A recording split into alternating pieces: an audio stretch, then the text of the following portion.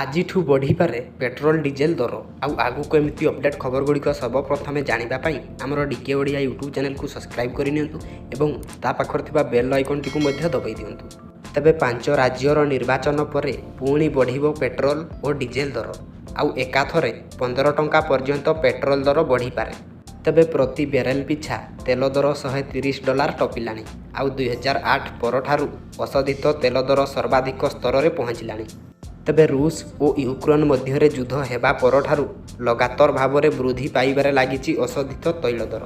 ଆଉ ଯୁଦ୍ଧ ପୂର୍ବରୁ ଅଶୋଧିତ ତୈଳ ଦର ବ୍ୟାରେଲ ପିଛା $100ରୁ କମ୍ ରହିଥିବା ବେଳେ ଏବେ ଅଶୋଧିତ ତୈଳ ଦର ପ୍ରତି ବ୍ୟାରେଲ ପିଛା $130ରେ ପହଞ୍ଚିଛି। ତେବେ ଅଶୋଧିତ ତୈଳ ଦର ବୃଦ୍ଧି ହେବା ପରେ ମଧ୍ୟ ଭାରତରେ ପେଟ୍ରୋଲ ଡିଜେଲ ଦର ବୃଦ୍ଧି ପାଉନଥିବାରୁ କ୍ଷତି ସହୁଛନ୍ତି କମ୍ପାନୀମାନେ। ତେଣୁ ଦେଶରେ ଖୁବ୍ ଶୀଘ୍ର ପେଟ୍ରୋଲ ଓ ଡିଜେଲ ଦର 15 ଟଙ୍କା ପର୍ଯ୍ୟନ୍ତ ବଢ଼ିପାରେ ବୋଲି ଅନୁମାନ କରାଯାଉଛି।